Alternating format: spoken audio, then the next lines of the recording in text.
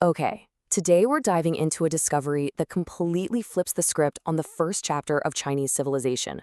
For thousands of years, it was hiding in plain sight, and everyone thought it was something else entirely. This is the incredible story of Shimao. You see, for the longest time, when anyone saw these sprawling stone ruins out on China's Loess Plateau, the answer seemed obvious. It had to be a forgotten part of the Great Wall, right? It made perfect sense, or so everybody thought. But this is where things get really interesting. What if that assumption wasn't just wrong, but wrong by about 4,000 years? What if these stones belonged to a civilization that rose and fell millennia before the Great Wall was even a blueprint? That one question opens up a huge wall of mystery, and it takes us right to the moment when archaeologists realized they were looking at something else, something much, much older. So what was the big clue that cracked the whole case wide open? It was jade. Little pieces of Neolithic jade kept turning up at the site, and that just didn't fit the Great Wall timeline at all. This little detail kicked off a massive investigation that was about to uncover a truth nobody saw coming. And this is what they found. Shimao. Not a wall, but a massive, heavily fortified city. And get this, it was founded way back around 2300 BCE. We're talking about the late Neolithic period, the Stone Age. This discovery was an absolute game changer. And when I say massive, that word really doesn't even begin to cover the true scale of this ancient metropolis. Just look at that number, 400 hectares. Now, to put that in perspective, that makes Shimao the largest known walled settlement of its time in all of China. This wasn't just a town, it was a genuine megacity of the ancient world. And you can see just how sophisticated it was right here in the layout. I mean, not one, but two huge stone walls, an outer one and an inner one. There were specific areas for people to live, workshops, cemeteries, and right at the very heart of it all, a massive, pyramid-like palace complex built on a 70-meter-high hill.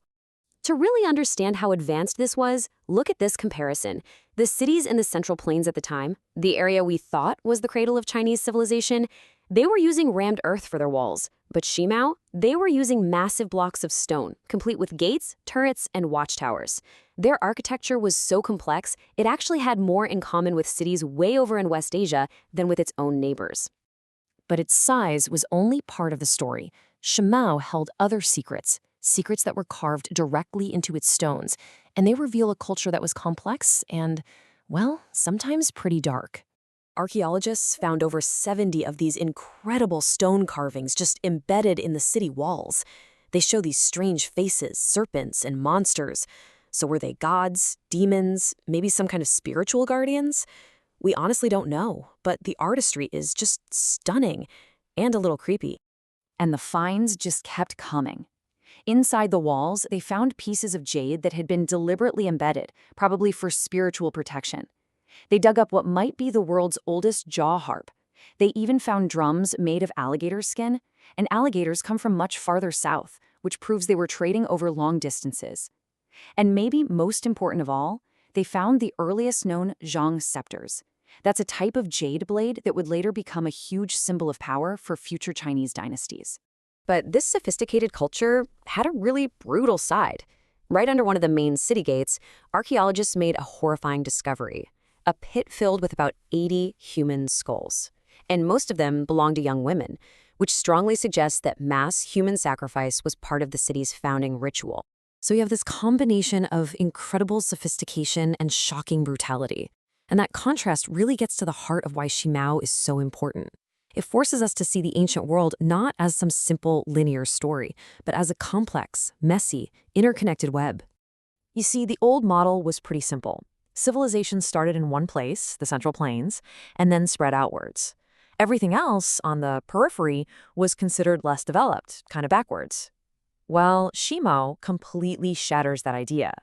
Far from being some backwater, Shimao was a powerhouse. It was an economic heartland, a center for new ideas and technology, and a critical hub that connected the cultures of ancient China with the huge network of the Eurasian steppes. And the evidence for this is just overwhelming. Bronze working seems to show up here earlier than other places in China, and it was likely adopted from people on the steppes. Things like wheat, barley, and domesticated livestock also appear here early on.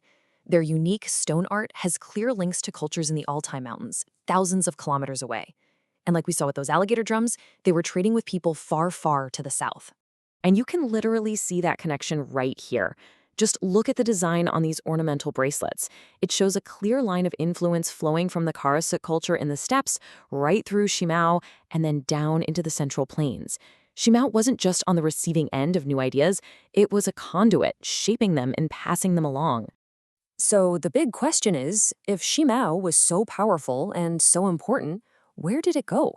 Why would a city of this size just be completely forgotten for 4,000 years? Well, the timeline really tells the story. Shimao is founded around 2300 BCE, and it flourishes for about 500 years. It hits its absolute peak around 2000 BCE, but right at that moment, the climate starts to change fast. It gets colder and much, much drier. And by about 1800 BCE, the city is empty.